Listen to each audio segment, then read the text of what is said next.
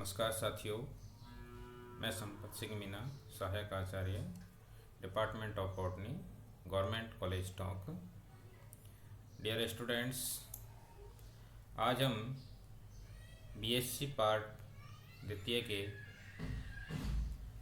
तृतीय paper structure development and production in flowering plant के अंतर्गत पादपों की आंतरिक संरचना किस प्रकार की होती है उसके बारे में अध्ययन करेंगे। अर्थात हम प्लांट एनाटॉमी के बारे में पढ़ेंगे, जिसे इंटरनल मॉर्फोलॉजी भी कहा जाता है।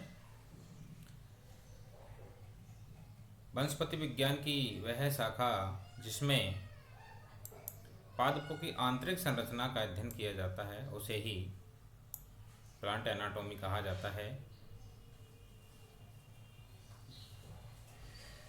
इसे इंटरनल मॉर्फोलॉजी, आंतरिक आकार की, इसलिए कहा जाता है क्योंकि इसमें पादपों की आंतरिक संरचनाओं का अध्ययन किया जाता है।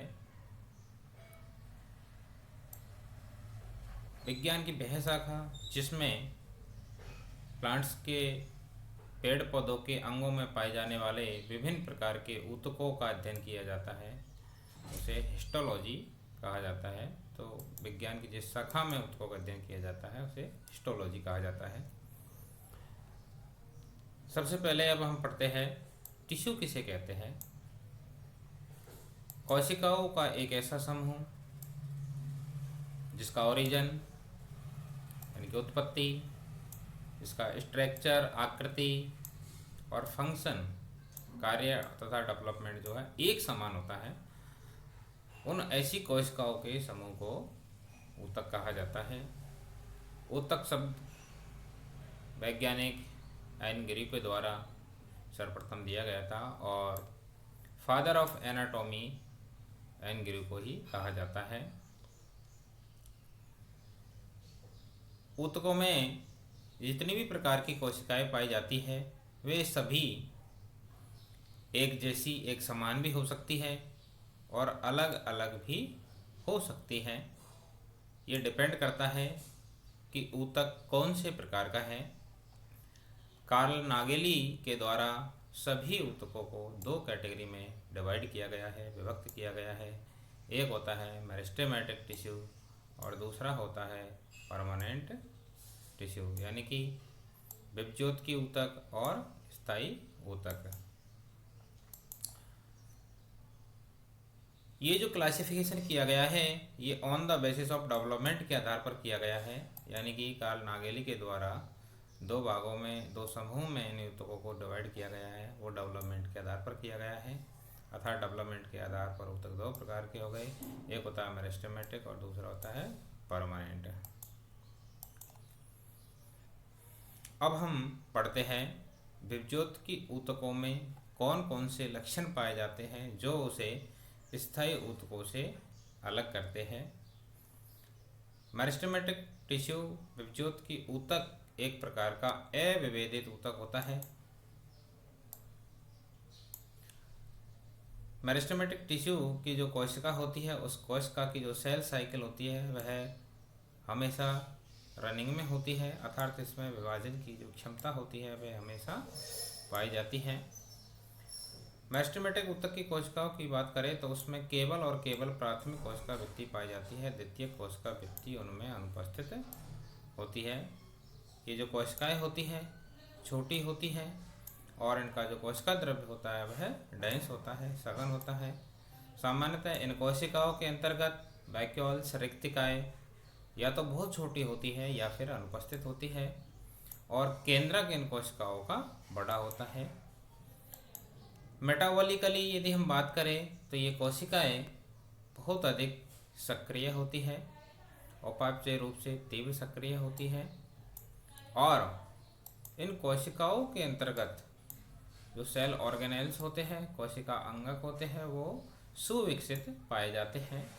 स्टोरेज फूड की यदि हम बात करें, संग्रहित भोजन की बात करें तो इन कोशिकाओं में संग्रहित भोजन का अभाव होता है। अभाव इसलिए होता है क्योंकि मेटाबॉलिकली ये कोशिकाएं अधिक एक्टिव होती हैं।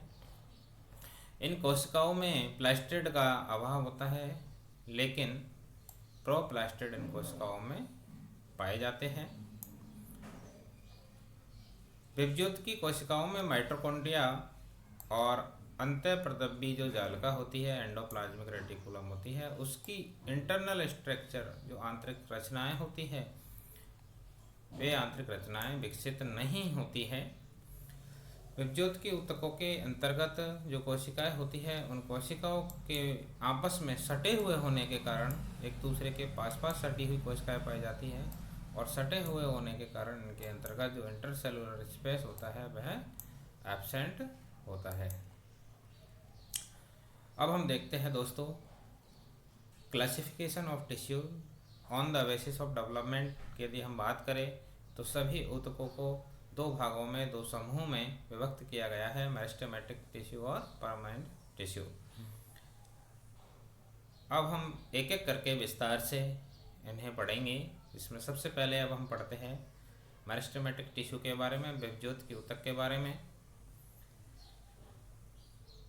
स्तंभ और मूल, प्लांट्स के अंतर्गत जो मूल और स्तंभ होता है उन दोनों को सम्मिलित रूप से पादप अक्ष कहा जाता है, प्लांट एक्सिस कहा जाता है। और इसकी जो शाखाएं होती हैं, उन शाखाओं के जो शीर्ष होते हैं, स्तंभ का शीर्ष हो या रूट का शीर्ष हो, वहाँ पर अविभेदित और विभाजनक्षम यानी कि डिविजिबल कोशिकाओं का समूह उपस्थित होता है, और इन कोशिकाओं के समूह को ही मेरिस्टेमेटिक टिश्यू कहते हैं, विभज्योत के ऊतक कहते हैं। और जिस रीजन में ये ऊतक प्रेजेंट होते हैं, उपस्थित होते हैं, उस रीजन को मेरिस्टेमेटिक रीजन कहा जाता है। अर्थात पादपों में विभज्योत की ऊतकों युक्त क्षेत्रों को मेरिस्टेमेटिक रीजन कहा जाता है, अर्थात इन्हीं को ग्रोइंग पॉइंट्स भी कहा जाता है। मेरिस्टेमेटिक ऊतक का प्राथमिक लक्षण होता है कि इसकी कोशिकाएं हमेशा विभाजनशील होती है। विभाजन की क्षमता इन कोशिकाओं में हमेशा पाई जाती है।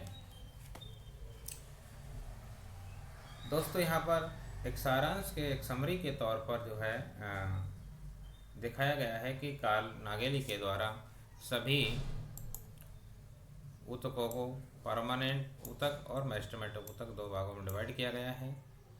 मेरिस्टेमेटिक ऊतक और परमानेंट ऊतक यानी कि स्थायी ऊतक दोनों ही ऊतकों के अंतर्गत यहाँ पर एक अंतर दिखाया गया है।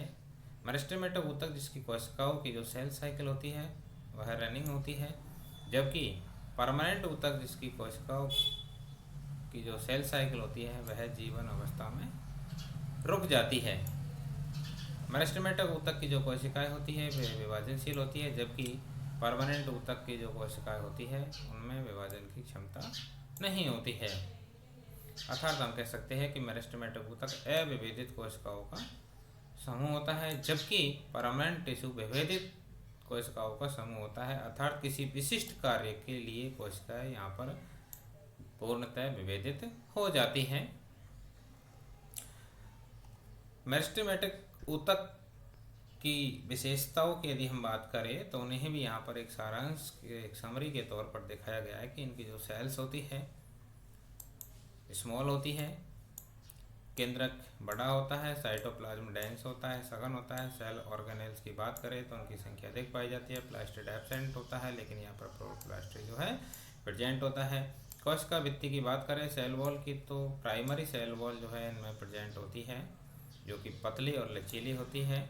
सेकेंडरी सेल वॉल जो है द्वितीयक कोशिका भित्ति इनमें अनुपस्थित होती है, और कोशिकाएं पास पास सटी हुई पाई जाती है, जिसके कारण इनकी कोशिकाओं के मध्य में यानी कि दो सेल्स के मध्य में इंटरसेलुलर स्पेस अनुपस्थित होता है, और ये सभी कोशिकाएं मेटाबॉलिकली अधिक एक्टिव होती है। इसीलिए इन कोशिकाओं में स्टोरेज भोजन का अभाव पाया जाता है। ओरिजिन के आधार पर इन को दो कैटेगरी में डिवाइड किया गया है, तीन कैटेगरी में डिवाइड किया गया है। प्रोमेरिस्टेम, प्राइमरी मेरिस्टेम और सेकेंडरी मेरिस्टेम।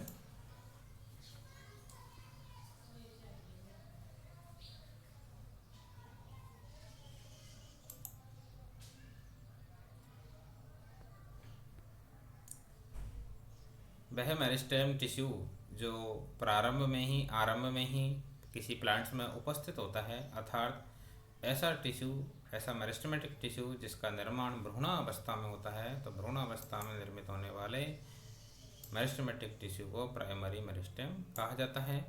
और सेकेंडरी मेरिस्टेम वह मेरिस्टेमेटिक टिश्यू जो बाद में प्री मैच्योर टिश्यू से बनता है, उसे परमानेंट टिश्यू की उत्पत्ति मेरिस्टेमेटिक टिश्यू से होती है, उसे सेकेंडरी मेरिस्टेम कहा जाता है।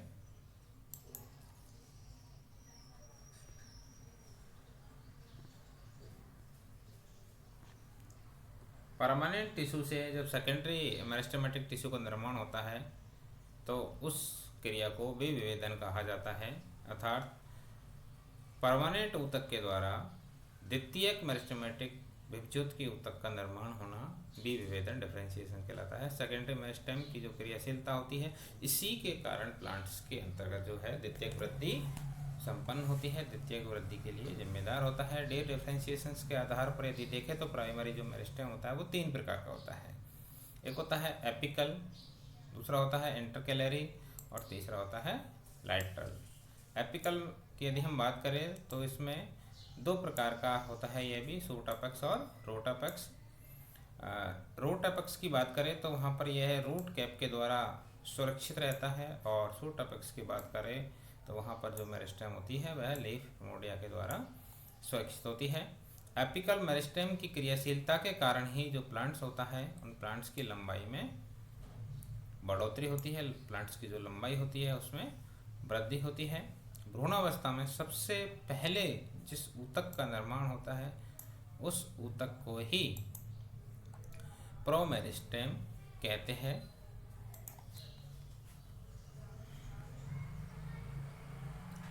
प्रोमेरिस्टेम के विभाजन से ही आगे चल करके यू मेरिस्टेम का निर्माण होता है। हेवरलैंड्स के अनुसार यू मेरिस्टेम जो है 3 प्रकार की कोशिकाओं से निर्मित होता है, अर्थात इसमें 3 प्रकार की कोशिकाएं प्रेजेंट होती है, पाई जाती है। पहला है प्रोटोडर्म, दूसरा प्रोकैम्बियम और तीसरा ग्राउंड मेरिस्टेम। प्रोटोडर्म के द्वारा आउटर मोस्ट लेयर का निर्माण होता है जिसे एपिडर्मल टिश्यू सिस्टम भी कहा जाता है, और प्रोकैम्बियम की क्रियाशीलता के द्वारा वेस्कुलर टिश्यू सिस्टम का निर्माण होता है, और उसके द्वारा जो है पेड़ पौधों की मोटाई में वृद्धि होती है, यानी कि सेकेंडरी ग्रोथ होती है। ग्राउंड मेरिस्टेम के द्वारा ग्राउंड टिश्यू सिस्टम का निर्माण होता है। यदि हम एल्गी और फंजाई की बात करें तो एल्गी और फंगस में यानी कि फंजाई में एपिकल मेरिस्टेम नहीं पाई जाती है। क्यों नहीं पाई जाती है? क्योंकि इनमें डिफ्यूज प्रकार की ग्रोथ पाई जाती है, जो कि एनिमल्स में भी डिफ्यूज प्रकार की ग्रोथ पाई जाती है। डिफ्यूज ग्रोथ प्रकार की जो ग्रोथ होती है उसमें प्रत्येक सेल में विभाजन की क्षमता होती है। ब्रायोफाइट्स और टेरिडोफाइट्स की यदि हम बात करें तो उनमें एपिकल मेरिस्टेम सिंगल सेल का बना हुआ होता है, और उस कोशिका को एपिकल सेल कहा जाता है, और एपिकल सेल की जो आकृति होती है वह पिरामिड के समान होती है, और यह कोशिका 2 लैटरल साइड में जो है विभाजन करती है, अर्थात 2 लैटरल साइड में इसमें विभाजन की क्षमता पाई जाती है। यदि हम फर्न, जिम्नोस्पर्म और एंजियोस्पर्म के अंतर्गत एपिकल मेरिस्टेम की बात करें तो वहाँ पर एपिकल मेरिस्टेम अनेक कोशिकाओं से मिलकर के बना होता है। एपिकल मेरिस्टेम को समझाने के लिए समय समय पर अनेक वैज्ञानिकों के द्वारा अनेक थ्योरी, अनेक सिद्धांत दिए गए हैं, जैसे कि apical cell theory Karl Nageli और वॉल्फ के द्वारा दिया गया था। ठीक इसी प्रकार से हिस्टोजन थ्योरी है, हेस्टिन द्वारा दिया गया था। और नेक्स्ट है डर्मेटोजन और पेरिबिलम और पिलरम, इन 3 भागों में हिस्टोजन थ्योरी में इसको समझाया गया था। नेक्स्ट आता है दोस्तों क्लासिफिकेशन ऑफ मेरिस्टेम, यानी कि विभज्योत की ऊतक का जो वर्गीकरण किया गया है वो इन निम्न 4 बिंदुओं के आधार पर किया गया है। पहला है ओरिजिन और डेवलपमेंट के आधार पर, यानी कि उत्पत्ति और परिवर्धन के आधार पर। दूसरा है विभाजन का तल, यानी कि प्लान ऑफ डिवीजन के आधार पर। तीसरा है पोजीशन इन प्लांट बॉडी, पादप शरीर में इनकी स्थिति क्या है उस आधार पर। और अंतिम है उसके कार्य के आधार पर। तो इस प्रकार से इन मेरिस्टेमेटिक ऊतक का क्लासिफिकेशन निम्न 4 बिंदुओं के अंतर्गत किया गया है। यहाँ पर एक समरी के रूप में, एक सारांश के रूप में दिखाया गया है कि चारों ही आधारों पर मेरिस्टेमेटिक ऊतकों, विभज्योत के ऊतकों को कितने भागों में विभक्त किया गया है, जिसमें पहला है ओरिजिन और डेवलपमेंट के आधार पर। ओरिजिन और डेवलपमेंट की यदि हम बात करें तो मेरिस्टेमेटिक ऊतक को 3 कैटेगरी में डिवाइड किया गया है। पहला है प्रोमेरिस्टेम, दूसरा है प्राइमरी मेरिस्टेम और तीसरा है secondary meristem. Plan of division की यदि हम बात करें, विभाजन के तल के आधार पर, तो यहाँ पर भी उसे 3 कैटेगरी में डिवाइड किया गया है। पहला है मास मेरिस्टेम, दूसरा है प्लेट मेरिस्टेम और तीसरा है रिब मेरिस्टेम। नेक्स्ट आता है पोजीशन के आधार पर, तो पोजीशन के आधार पर भी यहाँ पर 3 कैटेगरी में डिवाइड किया गया है। पहला आता है एपिकल मेरिस्टेमेटिक टिश्यू, और एपिकल मेरिस्टेमेटिक टिश्यू की बात करें तो इसको भी 2 सब कैटेगरी में डिवाइड किया गया है, जिसमें पहला आता है रूट एपिकल मेरिस्टेम और दूसरा आता है स्टेम यानी कि शूट एपिकल मेरिस्टेम। सेकंड आता है इंटरकैलरी मेरिस्टेम और अंतिम आता है लेटरल मेरिस्टेम। तो यहाँ पर इसे 3 कैटेगरी में डिवाइड किया गया है। नेक्स्ट आता है कार्य के आधार पर इसे 3 भागों में डिवाइड किया गया है, जिसमें प्रोटोडर्म, प्रोकैम्बियम और ग्राउंड मेरिस्टेम। अब हम पहला पढ़ते हैं ओरिजिन और डेवलपमेंट के आधार पर मेरिस्टेमेटिक टिश्यू का वर्गीकरण। उसमें पहला है प्रोमेरिस्टेम, यानी कि जिसे प्रिमोडियम या एम्ब्रियोनिक मेरिस्टेम या यू मेरिस्टेम भी कहा जाता है। पादप भ्रूण के जो मूलांकुर होते हैं और जो प्रांकुर का डेवलपमेंट होता है, उसी समय पादप में प्रोमेरिस्टेम का डेवलपमेंट होता है। अर्थात हम कह सकते हैं कि भ्रूण अवस्था में बनने वाला जो मेरिस्टेम होता है उसे ही प्रोमेरिस्टेम कहा जाता है। यह मूल तथा तने के शीर्ष भाग पर सामान्यतः पाया जाता है। पादप अक्ष के जो शीर्षस्थ वृद्धि क्षेत्र होते हैं, उन शीर्षस्थ वृद्धि क्षेत्र ग्रोइंग जो रीजन्स होते हैं, वहाँ पर ये एक लंबे समय तक बना हुआ होता है। प्रोमेरिस्टेम के विभाजन से ही आगे चल कर के प्राइमरी मेरिस्टेम का निर्माण होता है और बाद में इसी से स्थायी ऊतकों का डेवलपमेंट होता है। नेक्स्ट आता है प्राइमरी मेरिस्टेम। प्राइमरी मेरिस्टेम का ओरिजिन जो है प्रोमेरिस्टेम से होता है। इसकी कोशिकाएं सदैव विभाजनशील होती है और इनकी कोशिकाओं के विभाजन के द्वारा ही प्राथमिक स्थायी ऊतकों का निर्माण होता है। यानी कि हम कह सकते हैं कि प्राइमरी मेरिस्टेम के द्वारा ही प्राथमिक प्राइमरी परमानेंट टिश्यू का निर्माण होता है, जैसे epidermis, primary xylem, primary phloem, ये सब इसी से बनते हैं। प्राथमिक विभज्योतक मेनली जड़, उसका स्तंभ और उसकी शाखाओं के जो शीर्ष होते हैं या प्रमोडिया पर उपस्थित होते हैं। पादप बॉडी की यदि हम बात करें तो स्थिति के आधार पर वर्गीकृत किए जाने वाला एपिकल मेरिस्टेम प्लांट बॉडी की जो पोजीशन होती है, प्लांट बॉडी में पोजीशन के आधार पर जो 3 कैटेगरी में मेरिस्टेमेटिक ऊतक को व्यक्त किया गया है, जिसमें एपिकल मेरिस्टेमेटिक ऊतक है, इंटरकैलरी मेरिस्टेमेटिक ऊतक है और लैटरल मेरिस्टेम। तो इन तीनों में जो एपिकल मेरिस्टेम होता है वह वास्तव में प्राइमरी मेरिस्टेम होता है। नेक्स्ट आता है सेकेंडरी मेरिस्टेम। सजीव कोशिकाएं स्थायी हो जाने के पश्चात आमतौर पर विभाजन की क्षमता उसमें नहीं पाई जाती है, लेकिन सजीवता के कारण उनमें विभाजन की जो योग्यता होती है वह आवश्यकता अनुसार पुनः प्रकट हो सकती है। यानी कि आवश्यकता होने पर जो स्थायी कोशिकाएं होती है वो विभाजनशील होकर के द्वितीयक ऊतकों का निर्माण कर सकती है। अतः किसी भी अंग में स्थायी सजीवता के बारे में बार बार विभाजित होने से विभज्योतक बन सकता है। ऐसा विभज्योतक जो पादप शरीर में प्रारंभ से ही यानी कि हम कह सकते हैं भ्रूणीय अवस्था से ही उपस्थित नहीं होकर के बाद में स्थायी कोशिकाओं में विभाजन की क्षमता उत्पन्न हो जाने से ऊतक बनता है, ऐसे ऊतक को द्वितीयक विभज्योतक यानी कि सेकेंडरी मेरिस्टेम कहते हैं। जैसे कि द्विबीजपत्री पादपों की मूल की जो कैम्बियम होती है या द्विबीजपत्री पादप के स्तंभ की जो इंट्राफेसिकुलर कैम्बियम होती है या कॉर्क कैम्बियम होती है, या हम कह सकते हैं कि घाव भरने वाले जो ऊतक होते हैं, वो सभी सेकेंडरी मेरिस्टेम के उदाहरण हैं। आसपास की जो सजीव कोशिकाएं होती है, उन कोशिकाओं से बना हुआ विभज्योतक द्वितीयक विभज्योतक के उदाहरण है।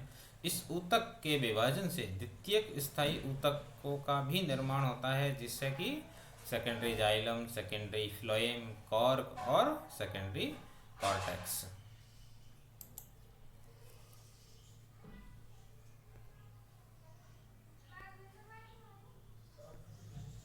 अब हम दोस्तों यहाँ पर एक सारांश समरी के तौर पर जो है ओरिजिन और डेवलपमेंट के आधार पर ऊतकों का जो वर्गीकरण है उसे हम देखते हैं। पहला है प्रोमेरिस्टेम प्रोमोडियल एम्ब्रियोनिक या यूमेरिस्टेम, जो कि भ्रूणावस्था में विकसित होने वाला प्रथम विभज्योतक होता है और यह तने और रूट के जो है मूल के शेष भाग पर प्रेजेंट होता है। यह प्रथम विभज्योतक क्षेत्र होता है और इसका जो प्रमुख कार्य है वह है प्राइमरी मेरिस्टेम का निर्माण करना। नेक्स्ट आता है प्राइमरी मेरिस्टेम। प्रोमेरिस्टेम से इसका डेवलपमेंट होता है। इसकी कोशिकाएं हमेशा विभाजनशील होती है, डिविजिबल होती है और इसका कार्य होता है प्राथमिक विभज्योतक के डी डिफरेंशिएशन यानी कि विभेदन डिफरेंशिएशन से प्राथमिक स्थायी ऊतक प्राइमरी परमानेंट टिश्यू का निर्माण करना इसका प्रमुख कार्य होता है। नेक्स्ट आता है सेकेंडरी मेरिस्टेम। सेकेंडरी मेरिस्टेम का निर्माण विभेदन की प्रक्रिया के द्वारा होता है, यानी कि प्राइमरी परमानेंट ऊतक से द्वितीयक विभज्योतक बनता है। यह ऊतक पादप की प्राथमिक अवस्था में यानी कि प्रारंभिक अवस्था में नहीं पाया जाता है और उसकी क्रियाशीलता से द्वितीयक वृद्धि पेड़ पौधों में पाई जाती है और इसका प्रमुख कार्य होता है द्वितीयक विभज्योतक के पुनः विभेदन से सेकेंडरी परमानेंट टिश्यू का निर्माण करना।